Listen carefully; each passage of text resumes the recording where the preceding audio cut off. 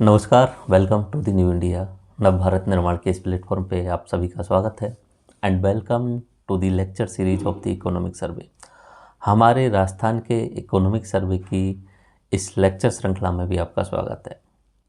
Economic survey यानी किसी भी सरकार के पिछले साल में जो भी योजनाएं चलाई गई, जो भी स्कीम्स चलाई गई और जहाँ जहाँ पे पैसा खर्च किया गया, उसका पूरा ब्यौरा आर्थिक सर्वेक्षण में या आर्थिक समीक्षा में प्रस्तुत किया जाता है। तो हम राजस्थान का इकोनॉमिक सर्वे पढ़ने वाले हैं। नॉर्मली इकोनॉमिक सर्वे में 11 चैप्टर्स होते हैं। हमने उन 11 चैप्टर्स को लिया है। साथ साथ में हमने एक अलग से लेक्चर फ्लैगशिप स्कीम्स के रूप में रखा है और एक अलग से लेक्चर राजस्थान बजट 2023 के बारे 23-24 के बारे में रखना है। सबसे पहले मैं आपको इकोनॉमिक सर्वे का महत्व समझा देता हूँ कि इसका एग्जाम्स में कितना महत्व है। बाकी तो आपको लाइफ में तो पता ही चलता है कि बहुत सारी योजनाएं जो आपको यूज होने वाली होती हैं उनके बारे में जानकारी मिलने वाली है। सबसे ज़्यादा इम्पोर्टेंट ये प्री एग्ज़ाम में आपके करीब करीब 15 सवाल तक रखता है इकोनॉमिक सर्वे, डायरेक्टली और इनडायरेक्टली।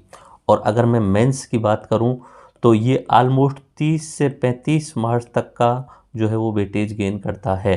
सो हम इस इकोनॉमिक सर्वे को बहुत आसान तरीके से समझने वाले हैं, बहुत आसान भाषा में समझने वाले हैं। समझाने की गारंटी मेरी है। जहाँ जो भी डाटा रटने का होगा मैं वहाँ आपको बोल दूंगा कि ये आपको रटना है। Even if I will try कि मैं आपको 3-4 बार रिपीट करके उस डाटा को याद करा दूँ लेक्चर के साथ में, फिर भी आपको उसे रिवाइज करना होगा ताकि उसे लॉन्ग रन में याद कर सकें।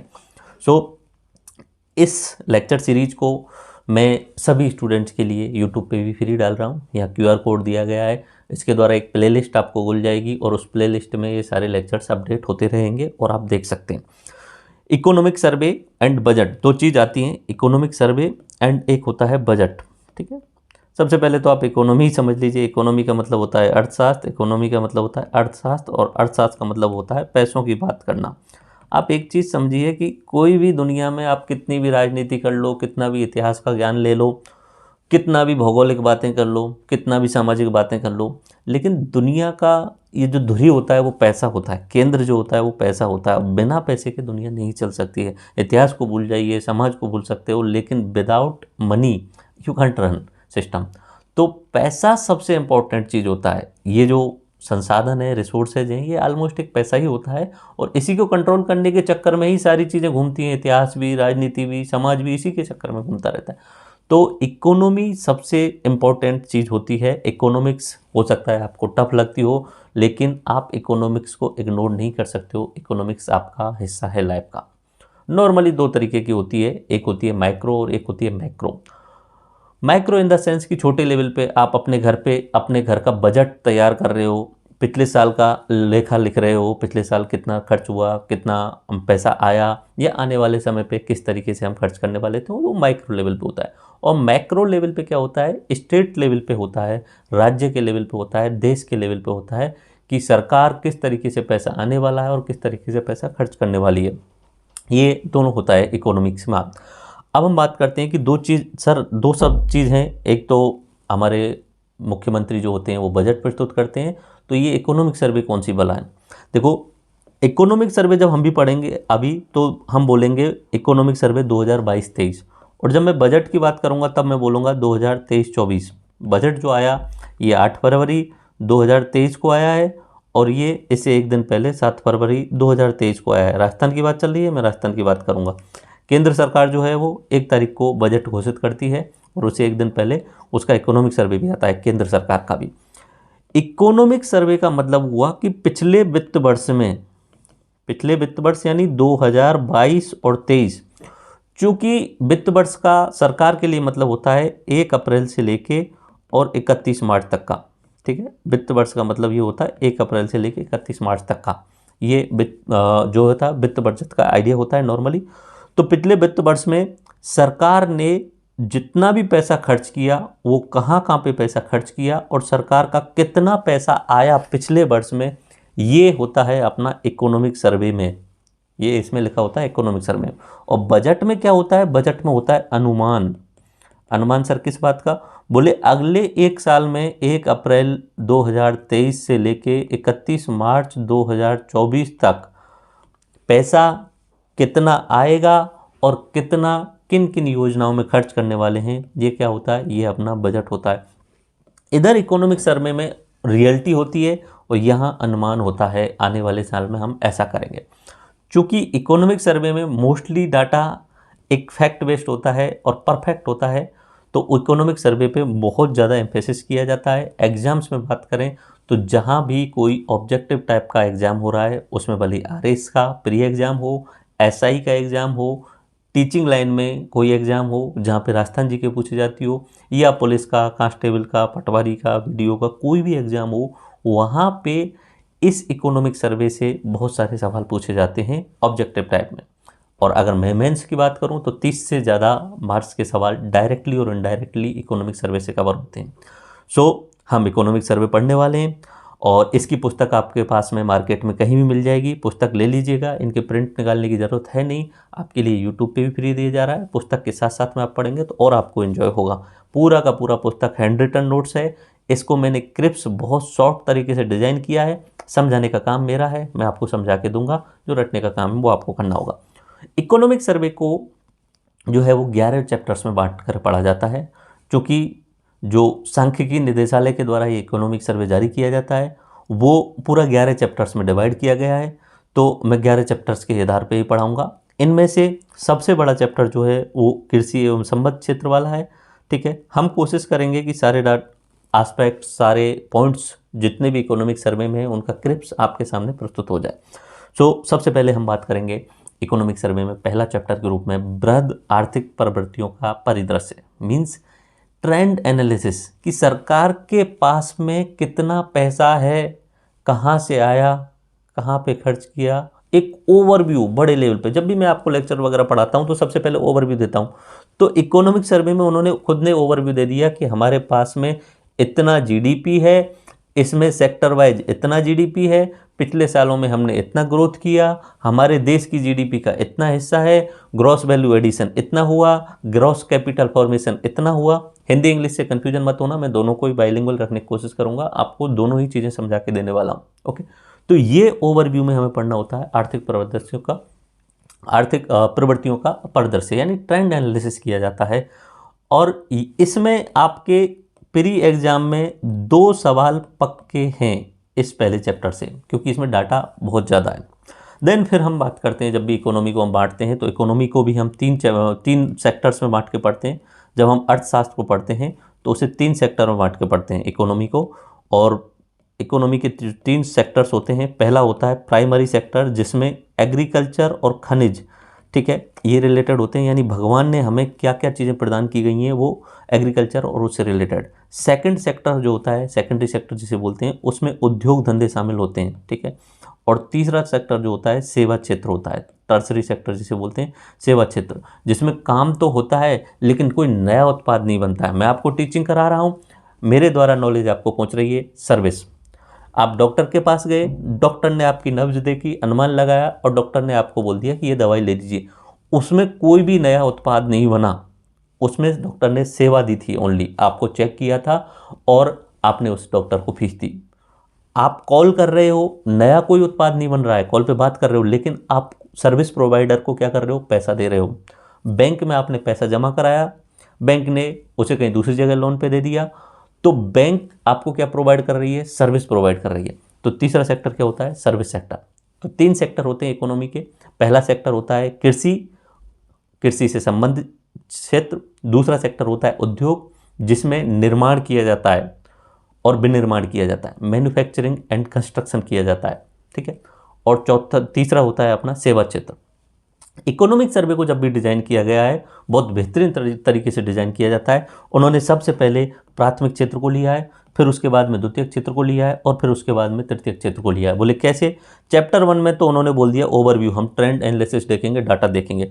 चैप्टर 2 में उन्होंने बोला इकोनॉमिक सर्वे में कि हम कृषि और कृषि से रिलेटेड जितने भी एस्पेक्ट्स हैं, जिसमें डेयरी हो सकता है, मत्स्य पालन हो सकता है, सहकारिता हो सकती है, और कृषि से रिलेटेड जो योजना चल रही होंगी वो होंगी। तो बोले हम चैप्टर 2 में हम इकोनॉमिक सर्वे का जो इकोनॉमी का प्राइमरी सेक्टर है उसका कृषि वाले हिस्से को ले लेंगे।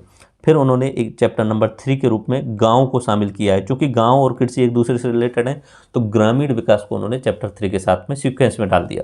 फिर वो बोलते हैं कि हम चैप्टर 4 पे जब आएंगे तो उद्योगों के बारे में बात करेंगे। ठीक है, बोले अच्छी बात है। और बोले चैप्टर 5 में भी उद्योगों के साथ में किसी भी शहर में, किसी भी देश में इंफ्रास्ट्रक्चर, आधारभूत संरचना जो होती है, रेल, रोड, ब्रिज, इनके बारे में बात करने वाले हैं। तो इंफ्रास्ट्रक्चर जो है वो 5वां चैप्टर। उसके बाद में उन्होंने बोला कि हम बात करेंगे सर्विस सेक्टर की साइड में, तो 6ठे नंबर पे उन्होंने बोल दिया सेवा क्षेत्र। 7वें नंबर पे, क्योंकि सेवा क्षेत्र का ज़्यादातर विकास शहरों से साथ में हुआ है, तो उन्होंने बोल दिया हम शहरीकरण के बारे में बात करेंगे।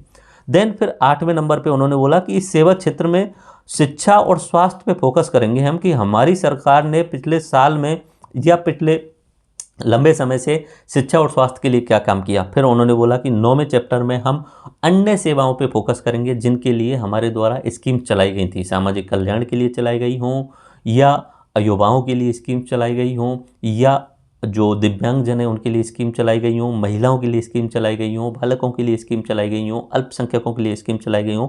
तो अन्य सेवाओं में हम चैप्टर नंबर 9 में। फिर उन्होंने बोला कि चलो अब हमने सेक्टर वाइज तो देख लिया, अब हम ये देख लेते हैं कि हम जितनी भी योजनाएं चला रहे हैं उनमें पैसा कहाँ कहाँ से दे रहे हैं हम। ठीक है, कुछ योजनाओं में सरकार विदेशों से पैसा लेती है, एशियन डेवलपमेंट बैंक से पैसा लेती है, वर्ल्ड बैंक से पैसा लेती है। तो अलग अलग जायका, जापान की तरफ से जो है वो जायका मतलब जापान इंटरनेशनल कॉरपोरेशन, इस तरीके से।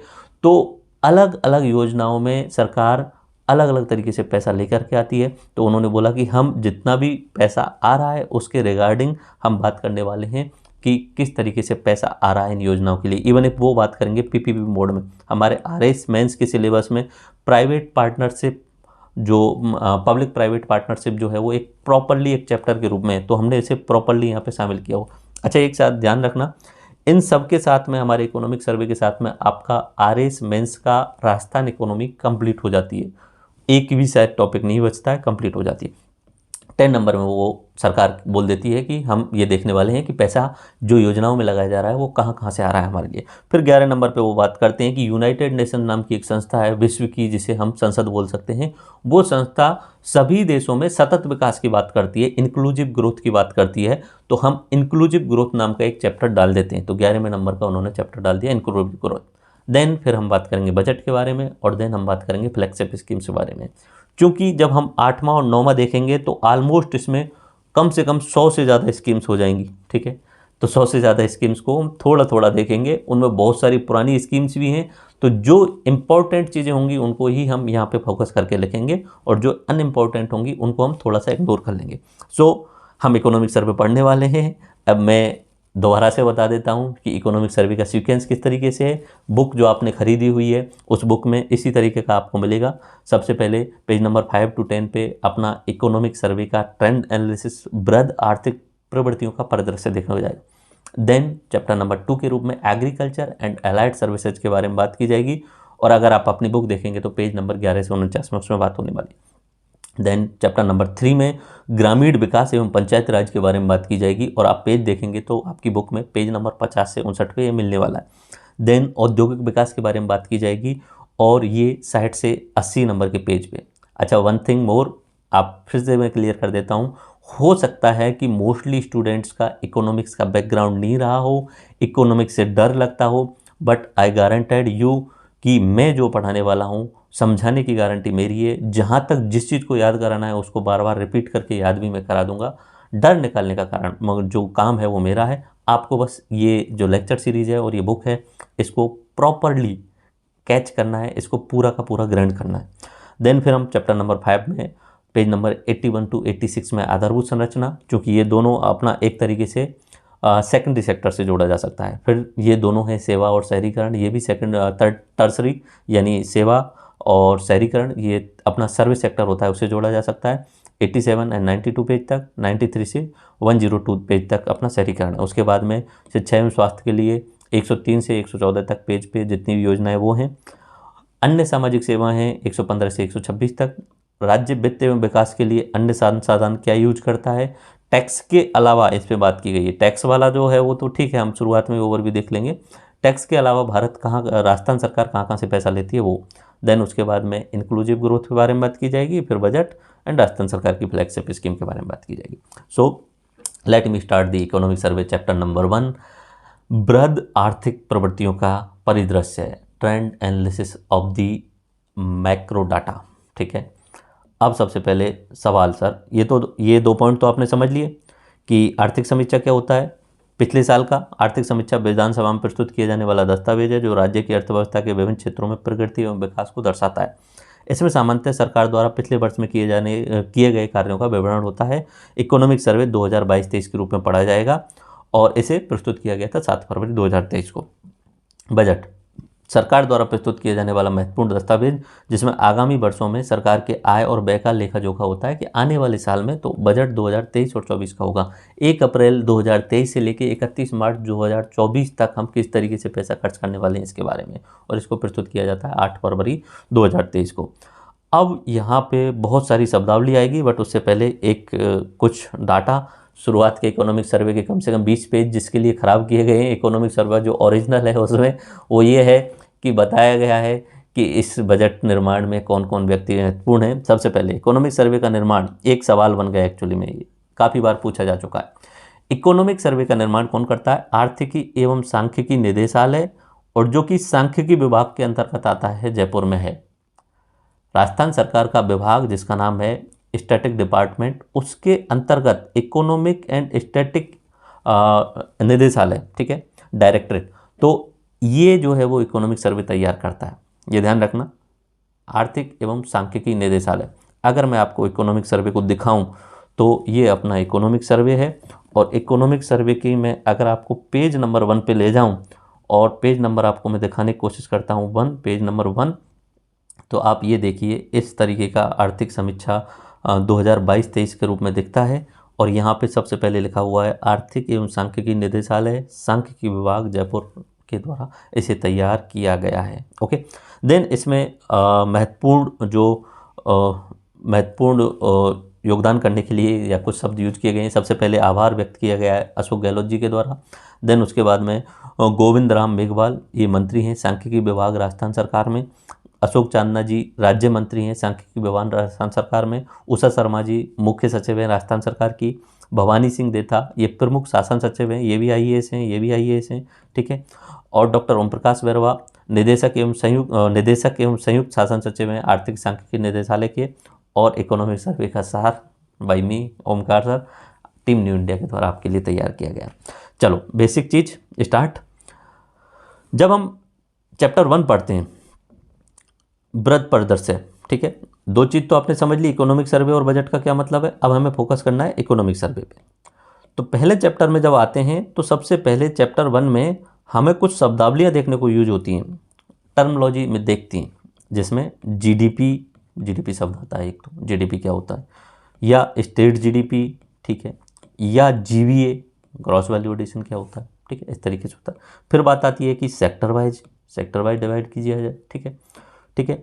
उसके बाद में आता है ग्रोथ क्या होता है, ठीक है। उसके बाद में आता है जीएनपी क्या होता है, एंड उसके बाद में नेट जीडीपी भी आता है, ठीक है। और उसके अलावा और भी शब्दावली हैं जिनमें प्रति व्यक्ति आय पर कैपिटा इनकम, ठीक है। उसके बाद में अपना सकल स्थायी पूंजी निर्माण यानी कैपिटल फॉर्मेशन, ठीक है, सकल स्थायी पूंजी निर्माण एंड देन उसके अलावा थोक मूल्य सूचकांक और भोक्ता मूल्य सूचकांक और अन्य, इसमें हम बोल देंगे WPI wholesale price index and customer price index उपभोक्ता मूल्य सूचकांक। ये शब्द इकोनॉमिक सर्वे में उन्होंने डायरेक्टली डाटा या एक सारणी दी हुई है, वो ये वाली सारणी उन्होंने इकोनॉमिक सर्वे में दी हुई है, लेकिन उन्होंने उस चीज़ को एक्सप्लेन नहीं किया है। वो मान के चलते हैं कि आपको इन सब के बारे में पता होगा, लेकिन चूँकि आप 0 लेवल से शुरुआत कर रहे हो, so I have to explain everything. सबसे पहला शब्द आता है जीडीपी। जब भी आप किसी देश के बारे में बात करते हो, इंडिया हो, ऑस्ट्रेलिया हो, चाइना हो, then you compare in the terms of GDP. 2 देशों को आप नॉर्मली पैसों के मामले में तोलते हो, कि इस देश के पास में कैसा पैसा है, कितना पैसा है। मान लीजिए कि जब मैं कंपेयर करने की कोशिश करूं कि अमेरिका, चाइना, इंडिया, अगर हम इनको कंपेयर करने की कोशिश करें तो अब सबसे पहला माइंड में आइडिया आता है कि भाई चलो इसे हम सेना के मामले में कंपेयर कर लें या टेक्नोलॉजी के मामले में कंपेयर कर लें, लेकिन उनसे उतना कंपेयर जो है वो प्रॉपर नहीं हो पाता है। सबसे बेस्ट कंपेयर होता है तुम्हारे पास कितना पैसा है, जिसके पास जितना पैसा है उसके पास उतनी ताकत, सीधी सी बात है ये। अमेरिका के पास में करीब करीब 23 ट्रिलियन डॉलर की संपत्ति है, जीडीपी है। ओके, चाइना के पास में करीब करीब 18 ट्रिलियन डॉलर या 19 ट्रिलियन डॉलर में भी थोड़ा बहुत डाटा ऊपर नीचे हो सकता है, 19 ट्रिलियन डॉलर की संपत्ति है। और मैं भारत की बात करूं तो करीब करीब 3.5 ट्रिलियन डॉलर की संपत्ति है। तो आप अनुमान लगा सकते हो कि हम पैसों के मामले में किस देश से कितना आगे पीछे हैं। चाइना से हम कम से कम 5-6 गुना पीछे हैं, 6 गुना तो मान के चल लीजिए, और अपना यूएसए से हम 7-8 गुना पीछे हैं, 7 गुना पीछे मान के चलिए। तो एक ओवरव्यू में पता चल गया कि आपको सर ये जीडीपी है। अब मैंने टर्मिनोलॉजी बहुत सारी यूज कर ली, जीडीपी यूज कर लिया, ट्रिलियन यूज कर लिया। ट्रिलियन तो आसान भाषा में समझा सकता हूँ मैं, ठीक है। ट्रिलियन इन द सेंस हम जब हमारे यहाँ इंडिया में यूज करते हैं तो सबसे शुरुआत करते हैं 1 से, फिर 10 आता है, फिर 100 आता है, 100 के बाद में हमारा 1000 आता है, 1000 के बाद में 10,000 आता है, फिर 1 लाख आता है, इस तरीके से चलता है, फिर 10 लाख आता है, ठीक है, 10 लाख। उसके बाद में 100 लाख जब आता है तो उसे हम 1 करोड़ बोल देते हैं।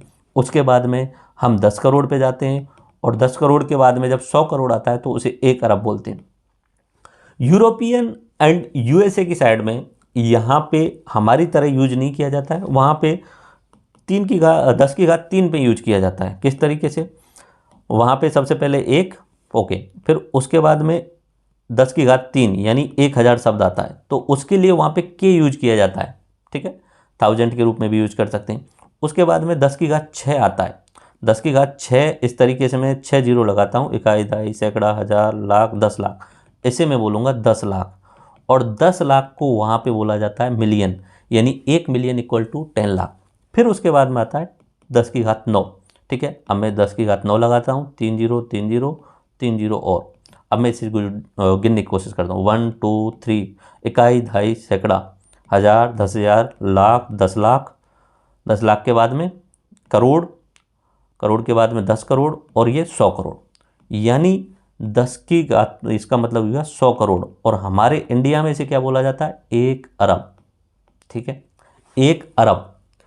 तो 1 ट्रिलियन इक्वल टू 1 अरब, ठीक है, 1 ट्रिलियन इक्वल टू 1 अरब, 1 मिलियन इंटू 10 लाख, ये ध्यान रखना।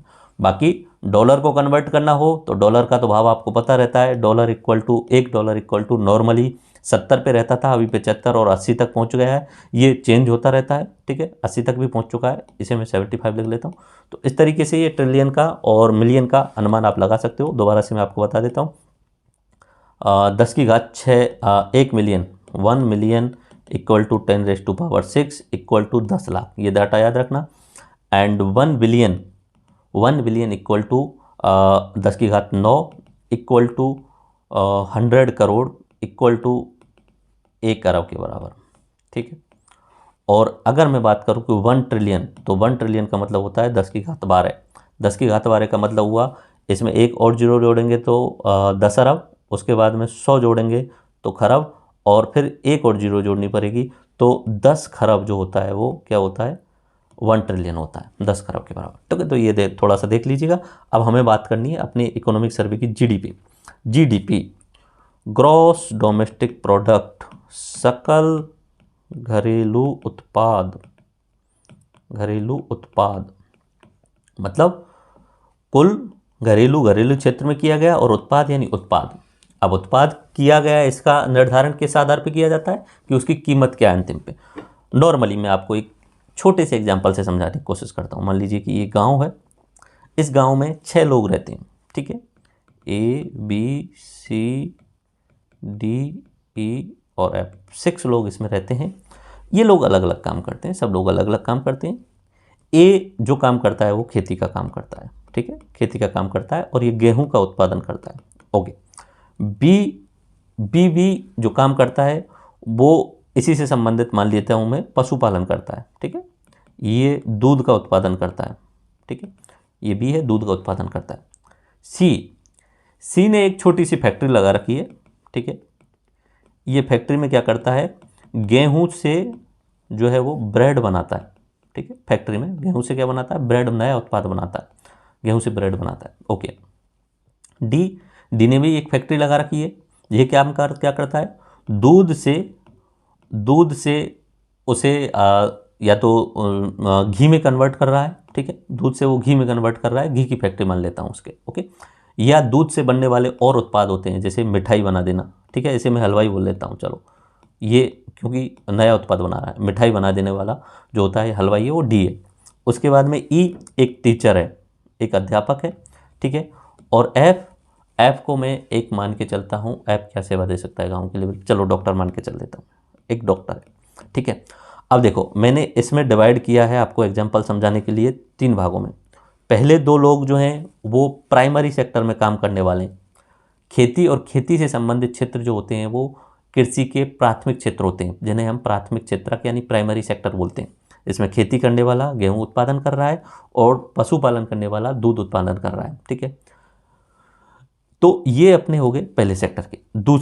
दूसरे में आप देखेंगे तो दोनों पहले वाले से कुछ सामान लेके और नया उत्पादन बना रहे हैं, ठीक है। इसे हम बोलते हैं सेकेंडरी सेक्टर या उद्योग, ठीक है।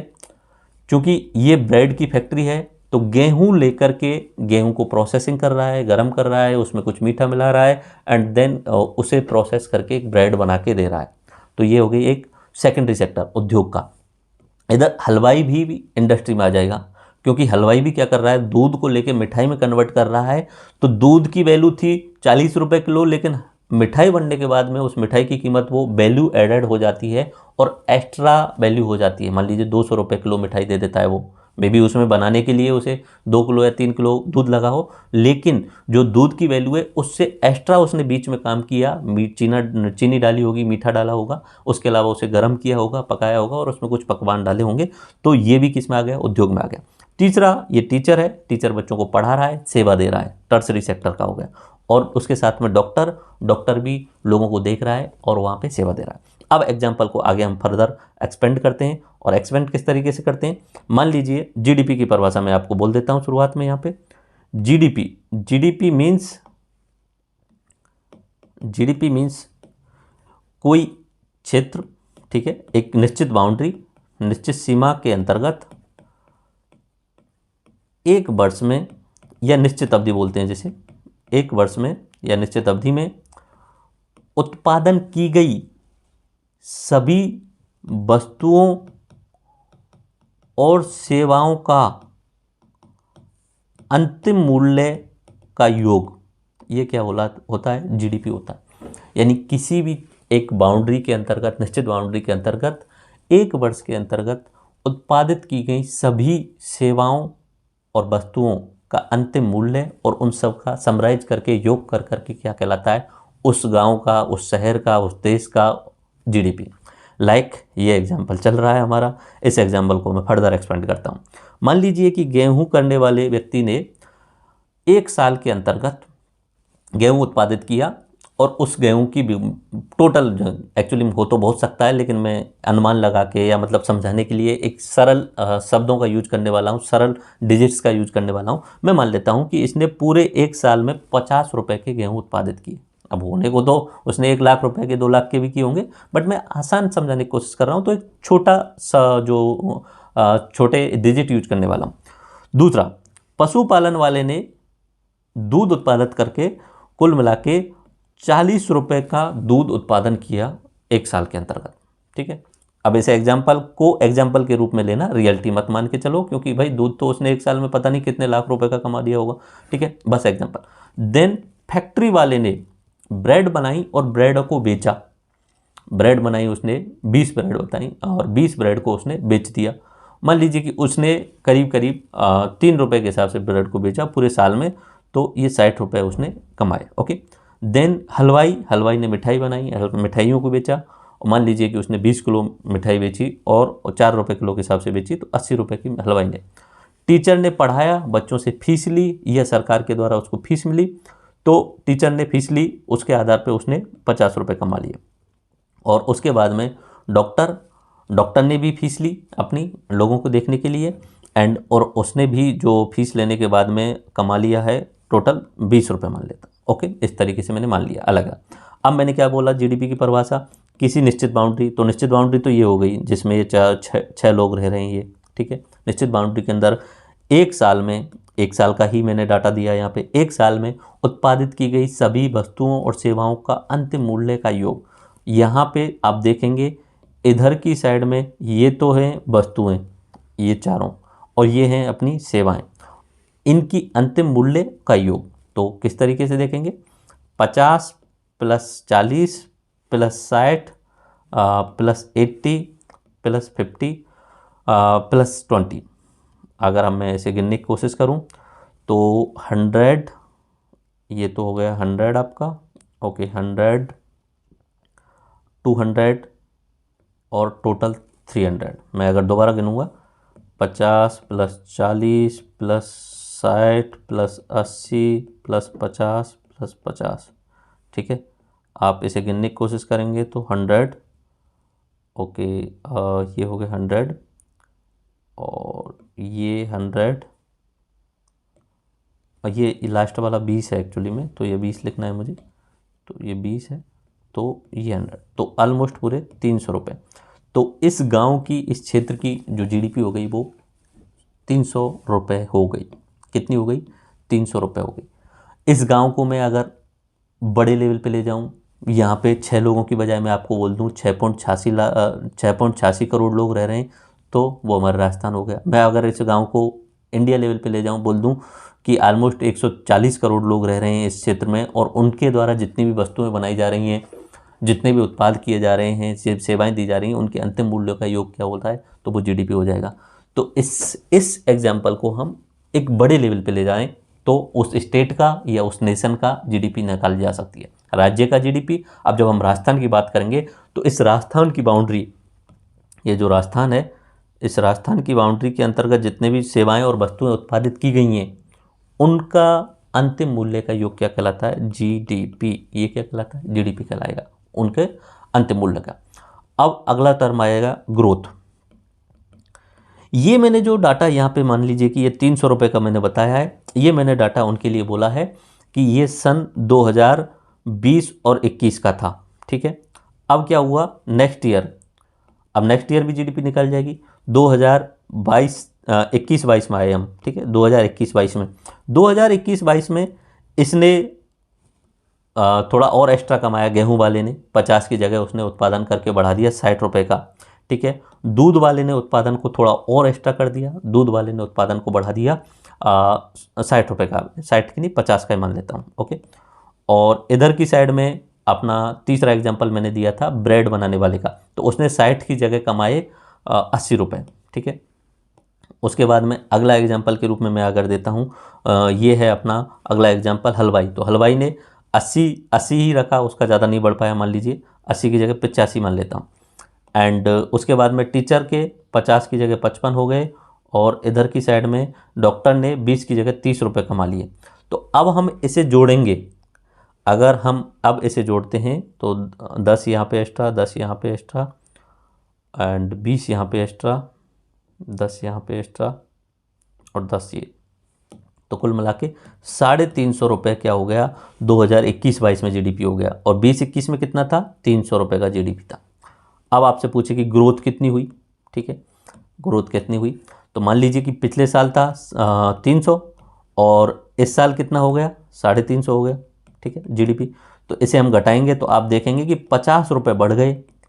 और परसेंटेज ग्रोथ अगर देखनी होगी तो हम क्या करेंगे, 50/300 × 100 कर देंगे, तो हम अनुमान लगा के देख लेंगे कि कितना 16 पॉइंट समथिंग, ठीक है, 16.6% का ग्रोथ हो गया। इस तरीके से हम बोल सकते हैं कि हमने पिछले साल की तुलना में इतना परसेंटेज का ग्रोथ कर लिया। अब होता क्या है कि इसमें हम नॉर्मली इसे हम बोल देते हैं प्रचलित कीमतों पे ग्रोथ, ठीक है। एक ग्रोथ दूसरी होती है, वो बोलते हैं हम स्थिर कीमतों पे ग्रोथ, स्थिर कीमतों पे ग्रोथ, कांस्टेंट प्राइस पे। मान लीजिए कि उत्पादन जो है यहाँ पे जो गेहूं वाला था, गेहूं वाला एग्जांपल ले रहा हूँ, ओनली गेहूं वाला, सिर्फ गेहूं वाले एग्जांपल को लेकर चल रहा हूँ मैं। 2020-21 में इसने गेहूं उत्पादित किया था 2020-21 में इसने गेहूं को उत्पादित किया था 25 क्विंटल, ठीक है, और 2 रुपये क्विंटल के हिसाब से इसने बेचा था, तब जाके उसे 50 रुपये मिले थे, ठीक है। एग्जाम्पल है, इसे एग्जाम्पल के रूप में लें, ठीक है। क्विंटल का भाव बहुत ज़्यादा होता है, बट मैं यहाँ 2 रुपये पर क्विंटल के हिसाब से बोल रहा हूँ, ठीक है। या क्विंटल को छोड़ के किलो ही बोल देता हूँ ताकि और आसानी से रहे। 25 किलो इसने गेहूँ उत्पादित किया था और 2 रुपये किलो के हिसाब से उसने बेचा था, तब उसे 50 रुपये मिल गए थे। अगले साल 2021-22 में उसने गेहूँ उत्पादित किया और गेहूँ उत्पादित किया उसने 20 किलो, ठीक है, और उसने उस समय कीमत थी 3 रुपये पर किलो, क्योंकि इस समय कीमत थी 2 रुपये पर किलो और इस समय कीमत हो गई 3 रुपये पर किलो, और इसने बेचा तो ये 60 रुपये में बिक गया। अब आपको लग रहा होगा कि यार इसने पिछले साल की तुलना में ग्रोथ किया है, इसने 10 रुपये एक्स्ट्रा कमाए हैं, और ग्रोथ में अगर परसेंटेज निकालेंगे तो ऑलमोस्ट आप देखेंगे 10/50 × 100 करेंगे तो 20% का इसने ग्रोथ भी किया है। लेकिन आप एक चीज़ देखिए, अगर मैं इसे स्थिर कीमत मान के चलता, इसकी कीमत स्थिर 2 रुपये ही मान के चलता, तो क्या ग्रोथ करता? क्योंकि 20 × 2 करते तो 40, तो वो तो नेगेटिव में जाता। तो स्थिर कीमत अगर मान के चलते हैं तो क्या ग्रोथ रही है वो अलग तरीके से निकाल जाती है। एक तो प्रचलित कीमतों पे जिसमें इन्फ्लेशन के आधार पे, और स्थिर कीमतों पे एक फिक्स ईयर घोषित कर दिया जाता है कि हम 2016-17 की जो साल में जो भी कीमत थी वस्तुओं की उसी को फिक्स रख के निकालेंगे, और उसके आधार पे कितनी ग्रोथ रही, कितनी जीडीपी रही, ये देखा जाता है, ठीक है। बस ये स्थिर कीमत का कॉन्सेप्ट है। स्थिर कीमत मतलब एक फिक्स डेट घोषित कर दी जाएगी कि इस समय पे जो कीमत है उसके आधार पे जीडीपी, और प्रचलित जिसमें महंगाई भी शामिल होती है, क्योंकि यहाँ पहले 2 रुपये पर किलो था और अब 3 रुपये पर किलो हो गया, तो महंगाई बढ़ गई है। तो महंगाई के बाद में अगर ओरिजिनली देखा जाए तो उत्पादन में तो कमी आई है, लेकिन जीडीपी बड़ा दिख रहा है, उसमें ग्रोथ दिख रही है, लेकिन उत्पादन में तो कमी आई है, ठीक। तो जब भी हम जीडीपी पढ़ेंगे या जीडीपी ज्ञात करने की कोशिश करेंगे तो 2 तरीके से देखा जाएगा, प्रचलित कीमतों पे यानी प्रेजेंट में क्या कीमत चल रही है, और दूसरा हम देखेंगे स्थिर कीमतों पे, ठीक है। स्थिर कीमतों पे एक वर्ष 2015-16 के रूप में अगर घोषित किया गया, बहुत अलग अलग चीज़ों के लिए अलग अलग होता है, तो मान लीजिए एक वर्ष फिक्स किया गया है, उसके आधार पे कितनी कीमत थी उस समय, और प्रचलित कीमतों पे थोड़ा सा दूसरा एग्जांपल देने की कोशिश करता हूँ। मान लीजिए कि किसी फैक्ट्री मालिक ने, चीनी का फैक्ट्री मालिक था, उसने 100 किलो चीनी का उत्पादन किया, और चीनी का भाव 2022 की बात कर रहा हूँ, 2022-23 की, और चीनी का भाव वर्तमान में 40 रुपये किलो है, ठीक है, ठीक है। तो कुल मिला के उसने जीडीपी में योगदान दिया 4000 रुपये का, लेकिन 2015-16 में चीनी का भाव था 25 रुपये किलो, ठीक है। मान लीजिए 2015-16 में, तो जब भी मैं स्थिर कीमतों पे जीडीपी में योगदान निकालूंगा तो उसने 100 किलो का योगदान दिया है, और उस समय कीमत क्या थी, तो इस तरीके से जीडीपी में योगदान उसका 25 रुपये आता है। तो भारत सरकार जो हो या राजस्थान सरकार हो, जब भी अपने डाटा देती है, अपने आंकड़े देती है, तो दोनों ही तरीके से देती है, स्थिर कीमतों पे एंड प्रचलित कीमतों पे। आई थिंक आपको बेसिकली जीडीपी का मतलब समझ में आ गया होगा। जीडीपी क्या होती है? ग्रॉस डोमेस्टिक प्रोडक्ट, सकल घरेलू उत्पाद, ठीक है। अब इसमें एक चीज़ आपने देखी, जब भी मैंने आपको बात करी तो एक बाउंड्री के अंदर बात करी थी, ठीक है। मैं अगर बात करूं कि ये राजस्थान है, तो राजस्थान की बाउंड्री के अंदर ही मैंने बात करी, ठीक है। अगर मैं आपको इंडिया के लेवल पे लेके जाऊं तो इंडिया के लेवल पे ही मैं बात करने की कोशिश करूं। Okay, sorry for the map, because बहुत फास्ट बनाया जा रहा है, तो जैसा भी बने एडजस्ट कीजिएगा। ओके, इतना ख़राब भी नहीं बनाना चाहिए था मुझे। ओके, ठीक है। हाँ, ये इंडिया लेवल पे बात करनी, तो इंडिया लेवल पे भी हम बात करेंगे जीडीपी की। तो इस बाउंड्री के अंतर्गत, ये जो बाउंड्री है, इस बाउंड्री के अंतर्गत कितने नए उत्पाद और सेवाएं बनी, उनका मूल्य होता है। अब आपसे कोई सवाल पूछिए कि मान लीजिए कि यहाँ पे सपोज कर लीजिए कि यहाँ यूएसए है, और यूएसए में हम हमारे सुंदर पिचाई जी गूगल के सीईओ हैं, ठीक है। सुंदर पिचाई जी जो गूगल के सीईओ हैं, उन्होंने वहाँ पे सेवा दी यूएसए में, और उन्होंने पैसे कमाए मान लीजिए 100 करोड़, और 100 करोड़ में से उनके घर वाले रहते हैं तमिलनाडु में, उन्होंने 50 करोड़ रुपए तमिलनाडु में अपने घर वालों के लिए भेज दिए। तो क्या ये जीडीपी में गिना जाएगा? नहीं, ये जीडीपी में नहीं गिना जाएगा, क्योंकि जीडीपी की परिभाषा है एक बाउंड्री के अंतर्गत बनाए गए उत्पाद और सेवाओं का अंतिम मूल्य। इनकी बाउंड्री तो अलग ही हो गई। पैसे उन्होंने भेजे हैं, लेकिन वो जीडीपी पे नहीं गिना जाएगा। दूसरा एग्जांपल, मान लीजिए कि यहाँ पे कंपनी है, उस कंपनी का नाम है फेसबुक, ठीक है, फेसबुक कंपनी है। इस कंपनी ने एक साल के अंतर्गत 1,000 करोड़ रुपए कमाए भारत में प्रचार किया, भारत में एड्स लगाए और 1,000 करोड़ रुपए उसने कमाए, और 1,000 करोड़ रुपए उसने बाद में भेज दिए अमेरिका में, ठीक है। टैक्स वगैरह काट के मैं बोल देता हूँ, 800 करोड़ रुपए उसने भेज दिए अमेरिका में, ठीक है, 800 करोड़ रुपए। तो आप कहेंगे तो ये तो चले गए बाहर, अब तो ये जीडीपी में शामिल नहीं होना चाहिए। मैंने कहा कि किसी भी एक बाउंड्री के अंतर्गत उत्पाद किए गए सभी सेवाओं और वस्तुओं का मूल्य, चूंकि उत्पाद उसने भारत के अंदर किया है, उसने उत्पादन भारत में किया है। यहाँ पे मर्सिडीज कंपनी अगर कार बना रही है तो उसने भारत के अंदर अगर बनाई है तो वो भारत की जीडीपी में शामिल होगा। फेसबुक ने अगर भारत में कुछ पैसा कमाया है सेवा दे करके तो वो भारत की जीडीपी में गिना जाएगा अगर उसने भारत के अंतर्गत किया है, ओके। और सौंदर्य पिचाई अगर वहाँ पे रह के कमा रहा है तो भारत की जीडीपी में शामिल नहीं होगा। तो फिर एक और कॉन्सेप्ट आया कि चलो जीडीपी सबसे बेस्ट कॉन्सेप्ट है, फिर भी एक दूसरा कॉन्सेप्ट जिसे बोलते हैं जीएनपी, ग्रॉस नेशनल प्रोडक्ट। बोले जितने भी भारतीय लोग हैं उनका पैसा आप बताओ कि भारतीय लोगों ने कितना पैसा कमाया, उसमें सुंदर पिचाई अगर 100 करोड़ रुपए कमा रहा है, बाहर रहने वाला कोई भारतीय या भारतीय कंपनी रुपए कमा रही है तो वो जीएनपी में शामिल की जाती है। जीडीपी में जितने भी एनआरआई लोग रह रहे हैं या भारतीय कंपनी बाहर रह रही है वो जितना पैसा कमा रहे हैं वो, लेकिन जब जीएनपी की बात आएगी तो नेशनल की बात है कि नेशनलिस्ट मतलब जो भी भारतीय लोग हैं, नागरिक हैं, भारतीय कंपनी है, उनके बारे में बात है। तो ये फेसबुक अगर कुछ पैसा कमा रहा है भारत में, क्योंकि ये भारतीय नहीं है, तो इसका पैसा माइनस कर दिया जाएगा, विदेशी कंपनियों का पैसा। ये होता है जीएनपी, ग्रॉस नेशनल प्रोडक्ट का कॉन्सेप्ट। एक कॉन्सेप्ट और आता है नेट जीडीपी का, नेट जीडीपी, ठीक है। होता क्या है कि मान लीजिए कि आपने मान लीजिए कि एग्जाम्पल के रूप में जो मैंने ब्रेड वाला एग्जाम्पल बताया था, ठीक है, ब्रेड वाले ने गेहूं लिए, गेहूं या ब्रेड की जगह इसे हम बिस्कुट बोल रहे थे, ब्रेड या बिस्कुट जो भी बोलना है, गेहूं लिए, इस गेहूं में उसने दूध मिलाया एंड कुछ मीठा मिलाया, चीनी वगैरह मिलाई एंड प्रोसेस्ड करके उसने एक बिस्कुट बना दिया पार्ले जी का, ठीक है। दूध गेहूं वगैरह उसने 5 रुपए के लिए और पार्ले जी का बिस्कुट बना दिया उसने 10 रुपए तक का, ओके। तो उसने वैल्यू एडेड कर दिया 5 रुपए का, ओके। अब होगा क्या कि मान लीजिए कि इसने 100 पार्ले जी बनाए और 100 पार्ले जी में से कुछ पार्ले जी के बिस्कुट्स खराब हो गए, कुछ जो पार्ले जी के डब्बे थे वो खराब हो गए, या कुछ ब्रेड थी वो खराब हो गई, खराब इन द सेंस गल गई या कबक वगैरह कुछ भी लग गया, खराब हो गई। 100 में से डेप्रिसिएशन हो गया कुछ चीज़ों का, तो वो डेप्रिसिएशन मूल्यह्रास यानी 10-20। अब मान लीजिए कि एग्जांपल दूसरा कुम्हार के रूप में देता हूँ, कुम्हार ने घड़े बनाए, नए उत्पाद बनाए, उसने 10 घड़े बनाए, लेकिन बनाने के बाद में जब उसने चेक किया उसमें से 2 घड़े टूट गए, ठीक है। शामिल हम जीडीपी में शुरुआत में हम करेंगे कि इसको 10 को ही, लेकिन जब 2 घड़े टूट गए जो काम के ही नहीं है तो फिर वो क्या हो गया, मूल्य का ह्रास हो गया। उसे हम बोलते हैं नेट जीडीपी, यानी जो आपकी राज्य की देश की जीडीपी आ रही है उसमें से आप मूल्य ह्रास घटा दीजिए, जो चीज़ें खराब हो गई हैं, टूट गई हैं, डेप्रिसिएशन, ये होता है नेट जीडीपी का concept. So I think most of the concept आपके समझ में आ गए हैं। एक कॉन्सेप्ट आता है पर कैपिटा इनकम का। पर कैपिटा इनकम यानी प्रति व्यक्ति आय, बहुत साधारण सा कॉन्सेप्ट है। जीडीपी अगर किसी राज्य की जितनी है उसमें जितनी भी पॉपुलेशन है उसका डिवाइडेशन कर दो, वो क्या आ जाती है, पर कैपिटा इनकम। मान लीजिए हमारे राजस्थान की जीडीपी 14 लाख करोड़ के आसपास में प्रचलित कीमतों पे निकाल के दे रहा हूँ मैं, ठीक है। एग्जैक्ट डाटा तो मैं आगे बताने वाला हूँ, ठीक है, ओवरव्यू में बोल रहा हूँ, ठीक है।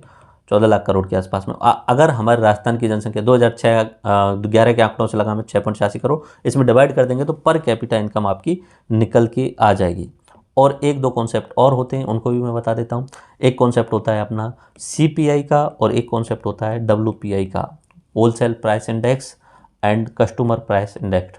मीन्स ये जो दोनों हैं वो मोस्टली इन्फ्लेशन ज्ञात करने के लिए निकाले जाते हैं कि महंगाई कितनी हो गई।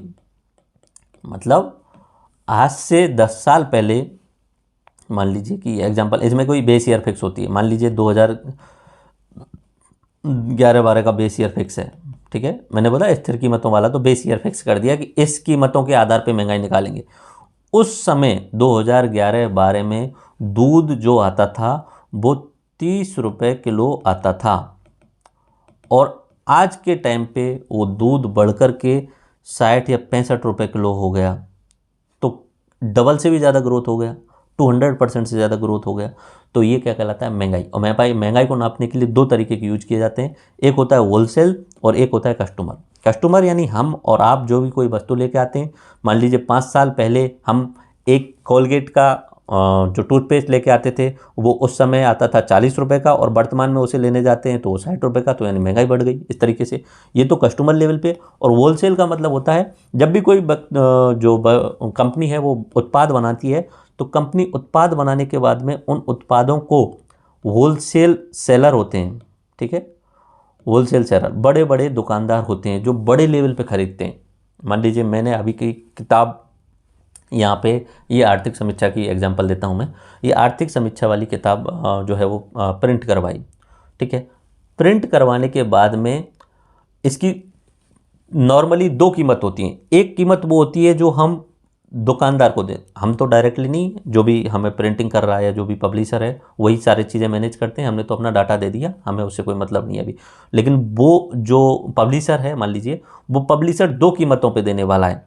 एक तो देने वाला है होलसेल वालों को, यानी बड़े बड़े दुकानदारों को, भाई आप इसे इतने कम रुपए में ले लो और इसे आप फिर आगे बेचो। और एक आपके पास पहुंचने वाली है, उसमें होलसेल के पास में जो लोकल रिटेलर है वो भी थोड़ा सा अपना मुनाफा ऐड कर लेता है। इस तरीके से एक पूरी चेन चलती है। तो नॉर्मली दो तरीके से जो है वो इन्फ्लेशन याद किया जाता है। एक तो होलसेल का, जो बड़े लेवल पे खरीदने वाले लोग हैं उनके पास में जो बास्केट आ रहा है जिसमें दूध होगा, गेहूं होंगे, या बहुत सारी मिक्स चीज़ें होती हैं, बहुत सारे आइटम्स होते हैं, उन सबको शामिल करके कि उनकी कीमत में कितनी बढ़ोतरी हुई, तो वो हो गया WPI। और कस्टमर लेवल पे डायरेक्ट हमारे और आपके लेवल पे पिछले 1 साल में, पिछले 5 साल में कितनी बढ़ोतरी हुई, वो होता है अपना CPI। ये होते हैं। तो ये इनके आधार वर्ष के आधार पर निकाला जाता है।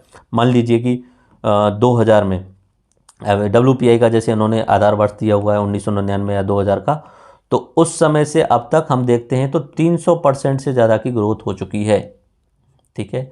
आज से 20-22 साल पहले जो चीज़ 10 रुपये की आती थी वो वर्तमान में ऑलमोस्ट 300 रुपये से ज़्यादा, परसेंटेज की अगर मैं बात करूं तो 240 रुपये से ज़्यादा तक की हो चुकी, 40 रुपये तक की हो चुकी। तो ये ग्रोथ का होता है। CPI हो गया, WPI हो गया, नेट GDP हो गया, जिसमें GDP में से मूल्यह्रास को घटा देते हैं, GDP हो गया अपना, ठीक है, ग्रॉस डोमेस्टिक प्रोडक्ट हो गया। उसके बाद में अपना हो गया GNP, नेशनल हो गया। एक कॉन्सेप्ट और होता है कि सर ये GDP किस तरीके से ज्ञात करते हैं, ठीक है। अब ये इकोनॉमिक्स का होता है, नॉर्मली इकोनॉमिक्स में देखा जाता है, ऐसे बहुत बड़ा लेक्चर हो जाता है, तो यहाँ पे मैं ओवरव्यू बता देता हूँ आपको। GDP को ज्ञात करने के 3 तरीके होते हैं। पहला होता है एक्सपेंडिचर मेथड, किसी भी देश में कितने लोग सामान खरीदने के लिए कितना पैसा खर्च कर रहे हैं, वो होता है एक्सपेंडिचर मेथड, ठीक है। दूसरा होता है GVA, gross value addition. Value addition का मतलब नॉर्मली एग्जांपल से मैं समझाने की कोशिश करूं तो वही एग्जांपल लेता हूं कि सबसे पहले गेहूं का उत्पादन हुआ, गेहूं 5 रुपये किलो के हिसाब से था। गेहूं का उत्पादन के बाद में उसे प्रोसेस्ड किया, प्रोसेस्ड करने के बाद में उसे बिस्कुट बना दिया, बिस्कुट बनाने के बाद में उसकी कीमत हो गई 10 रुपये। तो यहाँ पे कितना वैल्यू एडेड हो गया? 5 रुपये का अलग एक्स्ट्रा वैल्यू एडेड हो गया, ठीक है। तो ग्रॉस वैल्यू एडिशन अलग अलग स्टेज पे कितना हुआ और उसे GVA बोला जाता है। बट अभी उसमें कन्फ्यूजन नहीं करना है, क्योंकि मैं अभी कन्फ्यूजन करूँगा तो आपका ये लेक्चर बिल्कुल भटक जाएगा। मैं आपको एक शब्द बोल देता हूँ कि जब भी मैं GDP बात करूँ तो उसे आप GVA मान लेना, ठीक है, क्योंकि सेम ही होता है नॉर्मली। थोड़ा सा अंतर ये होता है, GVA में GDP eight factor cost plus tax minus subsidy ये रहता है, बट ऑलमोस्ट सेम ही रहता है, ज़्यादा अंतर नहीं होता है। सरकार अगर सब्सिडी ज़्यादा दे रही है तब चेंज होता है, या सरकार टैक्स ज़्यादा लगा रही है तब चेंज होता है। नॉर्मली GDP और GVA एक जैसा ही होता है, क्योंकि GDP को मापने का तरीका ही है GVA, ग्रॉस वैल्यू एडिशन वाला, ओके। तो इसमें आप कंफ्यूजन मत करना, जब भी मैं GVA बोलूं या GDP बोलूं दोनों को इक्वल मान के ही चलना है, क्योंकि GDP मापने का एक तरीका है GVA। तो स्टेट ग्रॉस वैल्यू एडिशन बोलूं, SGVA बोलूं या SGDP बोलूं तो सेम मान के चलना है उसे, okay. So I think basic concept आपके ये मैंने समझा दिए हैं। Let start with concepts, okay. देख लीजिए यहाँ पे मैंने कुछ परिभाषाएं लिखी हुई हैं। सकल राज्य घरेलू उत्पाद, ग्रॉस स्टेट जीडीपी या ग्रॉस स्टेट डोमेस्टिक प्रोडक्ट। तो राज्य अर्थव्यवस्था के अंतर्गत एक निश्चित समय अवधि में उत्पादित वस्तुओं एवं सेवाओं के अन्य अंतिम मूल्यों का योग क्या कहलाता है? स्टेट जीडीपी कहलाता है। ओके, इन्हें प्रचलित कीमतों पे और स्थिर कीमत दोनों पे प्रदर्शित किया जाता है। प्रचलित वर्तमान में इन्फ्लेशन को शामिल करते हुए, और स्थिर कोई एक बेस ईयर फिक्स की गई होगी कि इस बेस ईयर के आधार पे कितना चेंज हो चुका है। ओके, एंड देन इसे 3 प्रकार से मापा जाता है। एक इनकम मेथड होता है, एक एक्सपेंडिचर मेथड होता है, और एक ग्रेस वैल्यू मेथड होता है, जीबीए मेथड बोलते हैं। जीबीए में GDP at factor cost plus tax minus subsidy होता है। और इनकम मेथड जो होती है वो कैपिटल कितना नया जनरेट किया गया, इन्वेस्टमेंट कितना किया गया, और इसके आधार पे उसके बाद में एक्सपोर्ट और इंपोर्ट को घटाते हैं। बट ये अपने इकोनॉमिक्स वाले लेक्चर में देखेंगे, यहाँ नहीं देखेंगे, हम तो बस इतना समझ लीजिए जीडीपी वाला। उसके बाद में आता है सकल राज्य मूल्यवर्धन, यही जीबीए मैंने बोल दिया, वस्तु एवं सेवाओं के अंतिम मूल्यों का योग्य, बट इसमें प्लस टैक्स माइनस सब्सिडी होता है, बस इतना। प्रति व्यक्ति आय मैंने आपको बता दिया, प्रति व्यक्ति आय। सकल स्थायी पूंजी निर्माण, एक कॉन्सेप्ट और आता है सकल स्थायी पूंजी निर्माण। सकल स्थायी पूंजी निर्माण को वर्ष के दौरान उत्पादनकर्ता द्वारा सृजित की गई संपत्तियों को घटाने के बाद तथा गणना अवधि में गैर उत्पादित संपत्तियों को उत्पादन गतिविधियों में उपयोग की कीमत के आधार पर मापा जाता है। सकल स्थायी पूंजी निर्माण का मतलब होता है सरकार ने जो भी पैसा खर्च किया है उसमें से कितना पैसा ऐसी चीज़ों पे खर्च किया गया है जो आने वाले समय पे सरकार के लिए बैक रिटर्न में इनकम देने वाली हों। मान लीजिए सरकार ने जेसीबी खरीदी, तो जेसीबी के थ्रू वो रोड कंस्ट्रक्शन करेंगे तो निश्चित सी बात है सरकार को पैसा वापस आने वाला है। ठीक है, मान लीजिए सरकार ने रोड बनाया और रोड पे टोल लगाया तो सरकार के पास में पैसा आने वाला है। तो सरकार ऐसी संपत्तियों का निर्माण करे, कैपिटल फॉर्मेशन करे जो सरकार के लिए इनकम जनरेट करके दें। कोई कंपनी खोल दी सरकार ने, तो उस समय तो पैसा लग गया, लेकिन बाद में वो कंपनी उसके लिए मुनाफा देने वाली है, that is called the capital formation. तो सकल स्थायी पूंजी निर्माण का मतलब यही होता है। उसके बाद में थोक मूल्य सूचकांक, ये मैंने आपको बता दिया। होलसेल प्राइस इंडेक्स, थोक मूल्य सूचकांक यानी WPI, ठीक है, होलसेल प्राइस इंडेक्स थोक मूल्य सूचकांक, और CPI यानी कस्टमर प्राइस इंडेक्स यानी उपभोक्ता मूल्य सूचकांक होता है। और तो डाटा देखते हैं, अब डाटा की टाइम आ गया, ये रटने का है।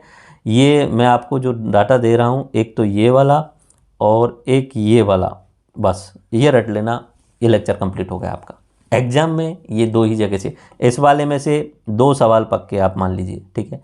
एक सवाल तो 100% है, 2 सवाल आपके पक्के। दूसरा, मेंस एग्जाम के लिए सबसे ज़्यादा इंपॉर्टेंट, जहां भी मन करे वहां चेप देना, ठीक है। इकोनॉमिक्स से रिलेटेड जब भी बात आएगी तब वहां चेप देना इस चीज़ को। चलो स्टार्ट करते हैं। भारत की जीडीपी वर्तमान समय में 273.08 लाख करोड़ है। कितनी है भारत की जीडीपी? 273.08 लाख करोड़ है। और मैं अगर इंडिया के बाद में अपनी राजस्थान की जीडीपी बात करूं तो राजस्थान की जीडीपी प्रचलित कीमतों पे 14.13 लाख करोड़ है। नॉर्मली हम प्रचलित कीमतों वालों को ही प्रायोरिटी देते हैं, स्थिर कीमतों वाली भी इंपॉर्टेंट है, लेकिन प्रायोरिटी किसको देते हैं? प्रचलित कीमतों पे। यहाँ पे जैसे मैंने ये बताया है तो ये प्रचलित कीमतों पे ही बताया गया है। भारत की जीडीपी 273 लाख करोड़ है और अपने राजस्थान की जीडीपी प्रचलित कीमतों पे 14.13 लाख करोड़ है। अगर मैं इसे देखने की कोशिश करूं कि भारत की जीडीपी का कितना परसेंट है, तो भारत की जीडीपी का राजस्थान के अंतर्गत 5.18% है। 273 का और इधर की साइड में 14 में निकाल के लेंगे तो 5.18% के आसपास में जो है वो भारत की जीडीपी में हिस्सा है। ये इकोनॉमिक सर्वे में लिखा हुआ है, सेम टू सेम मैंने यहाँ डाला हुआ है, इसमें मैंने कैलकुलेशन नहीं किए, सेम यहाँ डाल दिया है। तो भारत की जीडीपी कितनी है? भारत की जीडीपी है 273.08 लाख करोड़। पिछले साल की तुलना में कितनी ग्रोथ हुई? पिछले साल की तुलना में ये 15% बढ़ी है। पिछले साल से कितनी बढ़ी है? 15%। अगर भारत की जीडीपी को सेक्टर वाइज देखा जाए तो कृषि वाले 18%, उद्योग वाले 28% और सेवा वाले 53%। भारत की जीडीपी में कृषि और संबंध क्षेत्रों का योगदान है 18%, उद्योगों का योगदान है 28% और सेवा क्षेत्र का योगदान है 53%। याद रखना, 18, 28, 53, 18 प्राइमरी, 28 सेकेंडरी और 53 टर्सरी। ये डाटा रटा होना चाहिए हर हाल में, मेंस में काफ़ी इंपॉर्टेंट है। जब भी आपसे कहीं इंटरव्यू में पूछा जाए, जब भी आपसे 4 लोग बात करें, तब आप एक्सप्लेन जब करो ना तो आप समझा सकते हो चीज़ों को कि भाई देखो भारत की जीडीपी में योगदान कृषि का तो 18% है, नाम मात्र योगदान है और लोग इसमें बहुत ज़्यादा काम करते हैं। देन फिर बात करेंगे कि किसी भी देश में सबसे इंपॉर्टेंट होता है उद्योग सेक्टर, सेकेंडरी सेक्टर, उसमें भारत की जीडीपी में योगदान सिर्फ 28% है। क्योंकि इसमें सबसे ज़्यादा रोजगार डेवलप होने की संभावना रहती है, तो इसे बढ़ाने की कोशिश की जानी चाहिए। तीसरा होता है सेवा क्षेत्र, जिसे हम वाइट कॉलर जॉब भी बोलते हैं, ठीक है, जिसमें लोगों को सिर्फ बैठ के सेवा देनी होती है। टीचर भी हो, डॉक्टर भी हो, ये सब बैठ के सेवाएं देते हैं नॉर्मली, तो वाइट कॉलर जॉब बोला। आईटी सेक्टर पूरा का पूरा इसी में आ जाता है, सर्विस सेक्टर में ही आ जाता है, तो उसका योगदान बहुत ज़्यादा है हमारे यहाँ, 53% के आसपास में। 18, 28, 53 रट लेना, ये इंडिया का बता दिया मैंने। अब राजस्थान की बात करता हूँ। प्रचलित कीमतों पे 14.13 लाख करोड़। इसमें वृद्धि अगर मैं बात करूं तो पिछले साल की तुलना में 16% की ग्रोथ हुई है, 16.04% की ग्रोथ हुई है। स्थिर कीमतों पे 7.99 लाख करोड़, अगर इतना याद नहीं रहे तो 8 लाख करोड़ हमारा स्थिर कीमतों पे है, और 14.13 या 14 भी रख लो तो थोड़ा सा आइडिया रह जाएगा। हाँ ठीक है, बाकी देखो मैं एग्जाम में पॉइंट टू पॉइंट आता है, डाटा भी पूरा पूरा बिल्कुल सेम छाप के देते हैं इकोनॉमिक सर्वे, तो पूरा याद रखना है तो ज़्यादा बेटर है। बट जैसे मैं बोलूँ यहाँ 14 प्रचलित कीमतों पे और 8 स्थिर कीमतों पे, तो थोड़ा सा आइडिया लग जाएगा, ठीक है, ये आपको याद रहना चाहिए।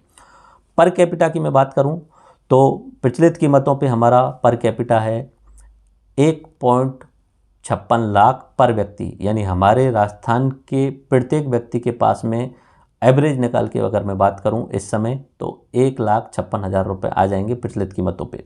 और अगर इसे मैं पर कैपिटा इनकम को स्थिर कीमतों पे बात करूं तो ये 86,000 रुपये आएंगे, 86,134। और इसमें स्थिर कीमतों पे जो ग्रोथ हुई है 6.95% की हुई है, प्रचलित कीमतों पे जो ग्रोथ हुई है पर कैपिटा इनकम में 14.85% की ग्रोथ हुई है। उसके बाद में शुद्ध राज्य सकल घरेलू उत्पाद, तो ये नेट वाला जो है, इसमें हम भारत राजस्थान के अंतर्गत काम करने वाली बाहर कंपनियों को घटा देते हैं, ठीक है। मान लीजिए कोई बाहर की कंपनी, गुजरात की कंपनी राजस्थान में काम कर रही है, चूँकि शुद्ध राज्य है तो राज्य के लोगों का निकाला जाएगा ओनली, वो भले ही बाहर काम कर रहे हो, लेकिन राजस्थान के अंदर बाहर की कोई कंपनी काम कर रही है उसको नहीं निकाला जाएगा।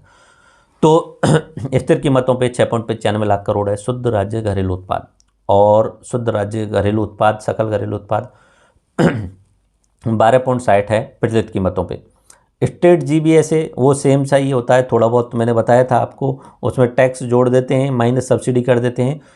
तो डाटा में दिया गया है उन्होंने 13.11 लाख करोड़ जो है वो स्टेट का ग्रॉस वैल्यू एडिशन है, जिसमें 15% की ग्रोथ हुई है। सेक्टर वाइज स्थिर कीमतों पे 28, 27, 43 है। सेक्टर वाइज स्थिर कीमतों पे 28, 27, 43 ही है, लेकिन पॉइंट में थोड़ा सा चेंज है, तो वो आप याद कर लेना। नहीं तो इतना याद कर लो, सेक्टर वाइज 28, 27 और 43, ये याद कर लो, ठीक है। बाकी पॉइंट वगैरह भी हैं पीछे की साइड में, दोबारा रिवाइज करने की कोशिश करते हैं। 28, 27, 43 ये तो हुआ राजस्थान का, और मैं अगर इंडिया की बात करूं तो 18, 28, 54 इस तरीके से, या 53 ये इंडिया का है, और राजस्थान का ये है। Sector wise, sector primary sector जिसमें कृषि संबंधित क्षेत्र हैं, सेकेंडरी सेक्टर जिसमें उद्योग होते हैं, जितने भी इंडस्ट्री लगी हुई है वो, उसके अलावा विनिर्माण होता है, कंस्ट्रक्शन जो भी हो रहा है, मकान बन रहे हैं वो, या रोडों इंफ्रास्ट्रक्चर का डेवलपमेंट हो रहा है वो, और तीसरा होता है सेवा क्षेत्र जिसे हम वाइट कॉलर जॉब भी बोलते हैं, जिसमें सेवा दी जाती है, नया उत्पाद दिखता नहीं है लेकिन आपको सेवा मिल रही है उसमें। ओके, ये आप थोड़ा सा याद रख लेना है। एंड देन उन्होंने यहाँ पे एक ग्राफ के द्वारा समझाने की कोशिश की है कि भारत का, वो मैंने अब समझा दिया, अभी वही तो बताया था आपको, जस्ट अभी ये बताया ना 18, 28, 54, वो सेम उन्होंने ग्राफ के माध्यम से समझाया। बाहर की साइड में उन्होंने भारत को लिया हुआ है, तो 18% उनका एग्रीकल्चर में भारत का, 28% किस में है उद्योगों में, और टर्सरी में 53% या 54%। राजस्थान का उन्होंने अंदर दिया है, तो अंदर 28% राजस्थान का, 27% राजस्थान का उद्योगों में, और तीसरा उन्होंने बोला 43% राजस्थान का उद्योगों में। तो ये वाला जो मैंने आपको समझाया था वो इस फ्लो चार्ट के थ्रू इकोनॉमिक सर्वे वालों ने बना के दे दिया, उन्होंने भी काफ़ी अच्छी मेहनत करी है इस बार इकोनॉमिक सर्वे। उसके बाद में बहुत सारा डाटा है।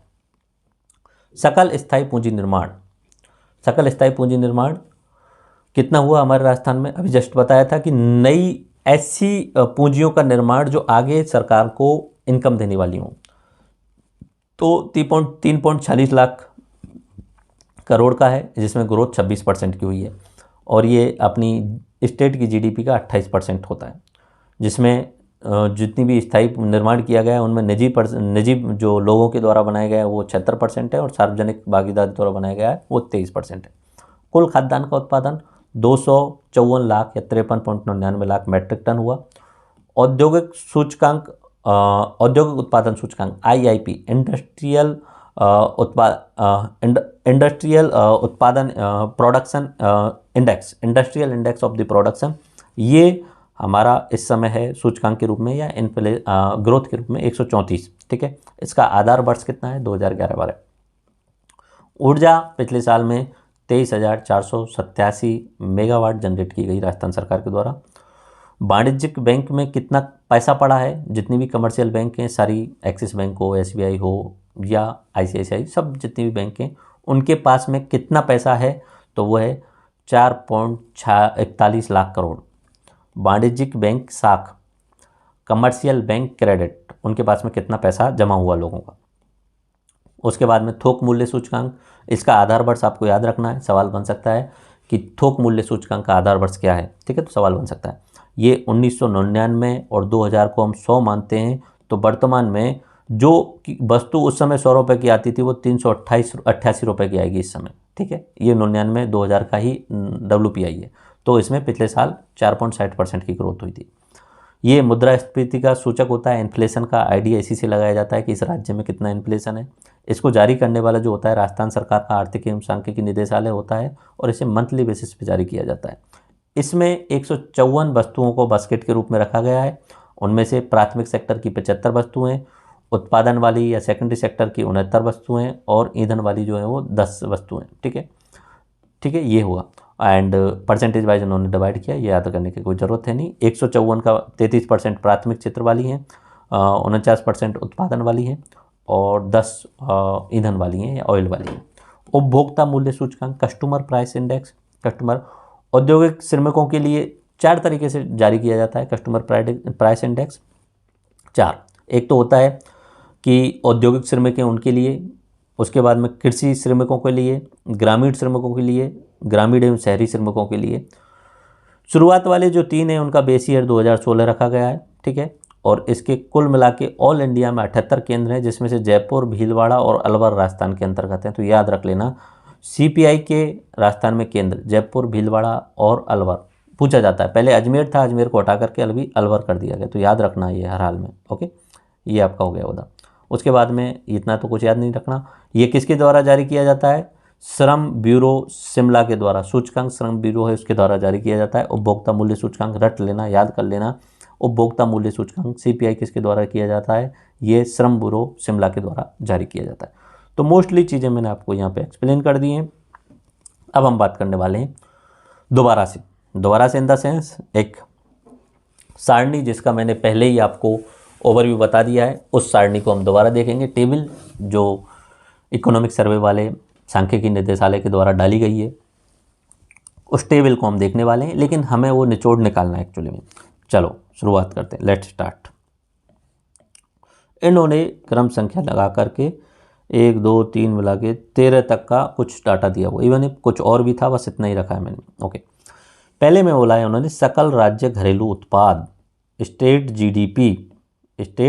GDP, ओके, और सकल राज्य घरेलू उत्पाद, और ये जो है वो स्थिर कीमतों पे और प्रचलित कीमतों पे और करोड़ रुपए में। अब 2018-19 का दिया है, 20 का दिया है, 21-22 का दिया है। हमें पढ़ना कौन सा है? 22-23 का। हमें कोई मतलब नहीं 18-19 में कितना था, बहुत निकल गया बात काफ़ी।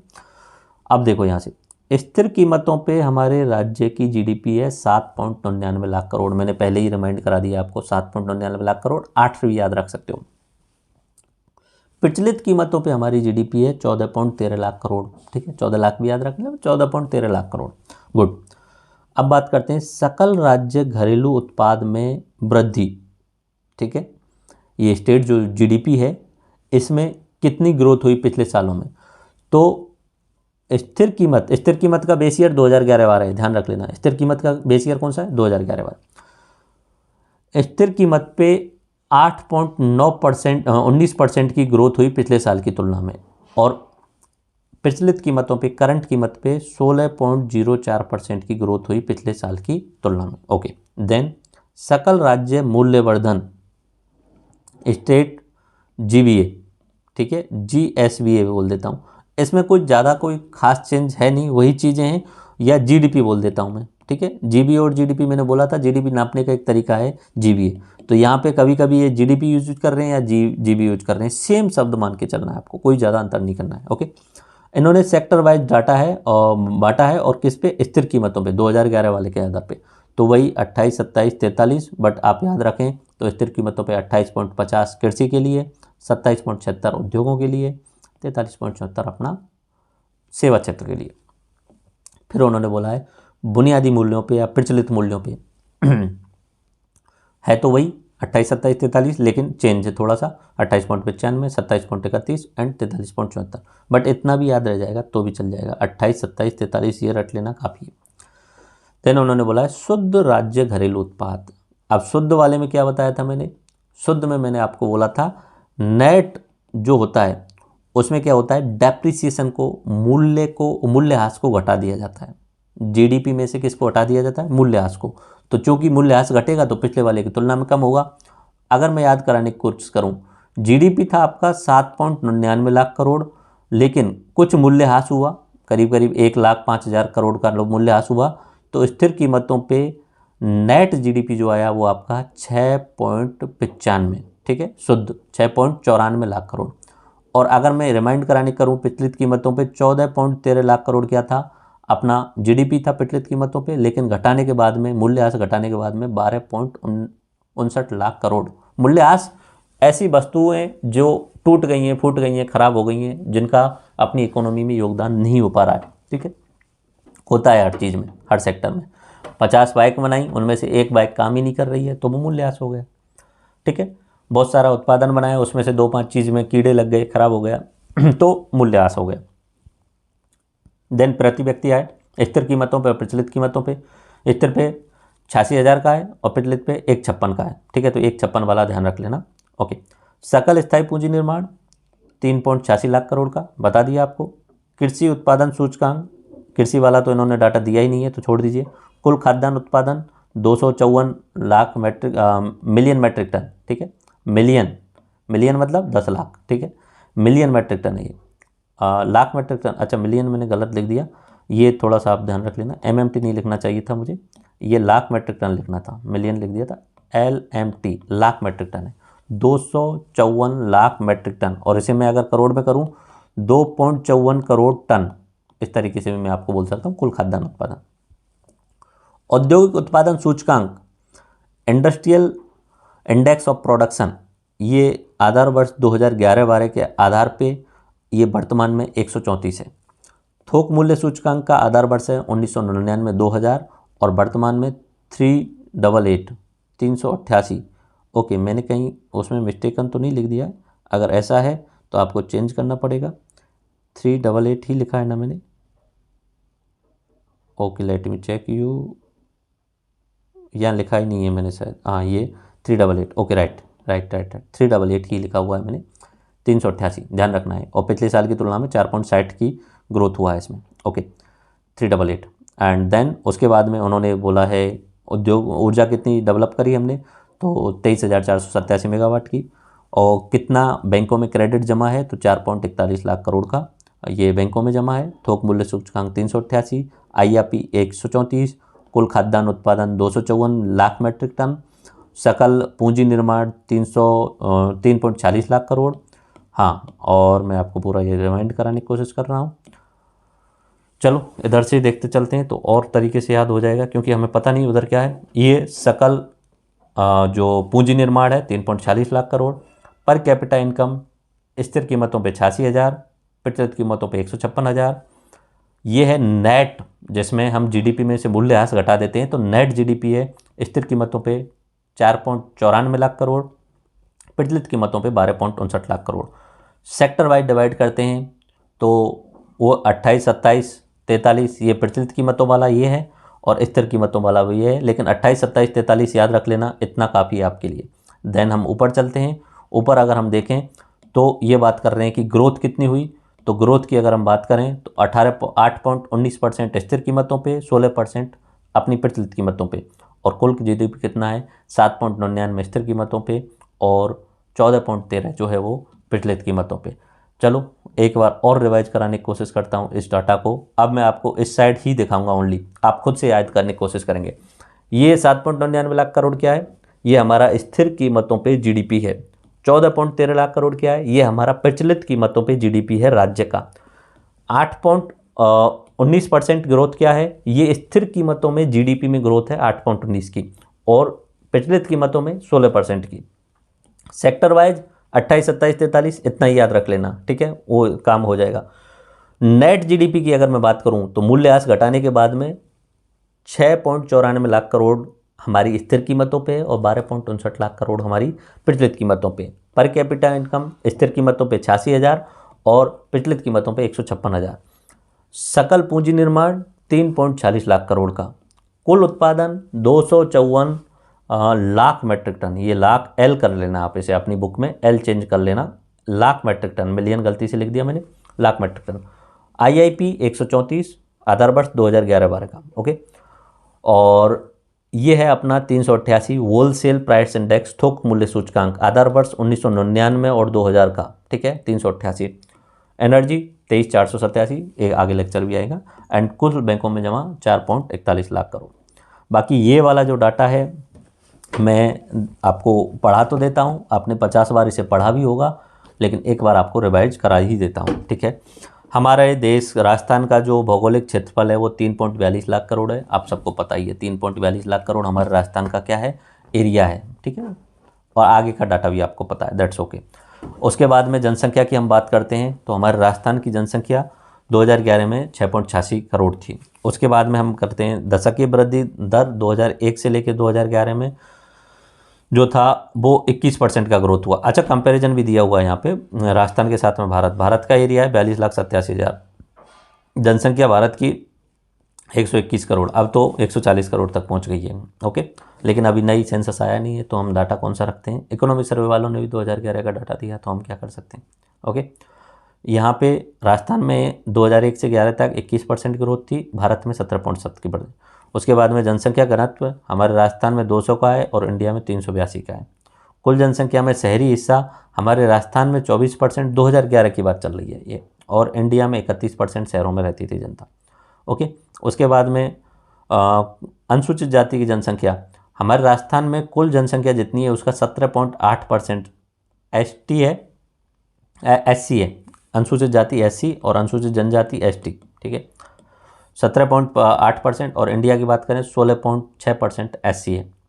13.5% राजस्थान में ST है और 8.6% इंडिया में ST है, ओके। उसके बाद में हम बात करते हैं लिंगानुपात, हमारे राजस्थान का 928 है, इंडिया का 943 है। बाल लिंगानुपात 0 से 6 वर्ष की उम्र में राजस्थान का 888 है, इंडिया का 919 है। साक्षरता दर राजस्थान की 66%, इंडिया की 73%। पुरुषों में साक्षरता दर राजस्थान में 79%, इंडिया में 80.9%। महिलाओं में साक्षरता राजस्थान में 52%, इंडिया में 64%। उसके बाद में कार्य सहभागिता दर 43% का है। उसके बाद में अधोषित मृत्यु जन्म दर और मृत्यु दर, जन्म दर जो होते हैं वो 1000 के पे कितने बच्चों की मृत्यु दर उम्मीद हो गई थी, इस तरीके से होता है, अच्छा, प्रति 1000 मध्य वर्ष जनसंख्या में, ओके। और अशोधित मृत्यु दर थोड़ा सा डाटा में चेंज हुआ, 23%, 23 1000 में से और 5 ये। उसके बाद में शिशु मृत्यु दर ये 32 का है।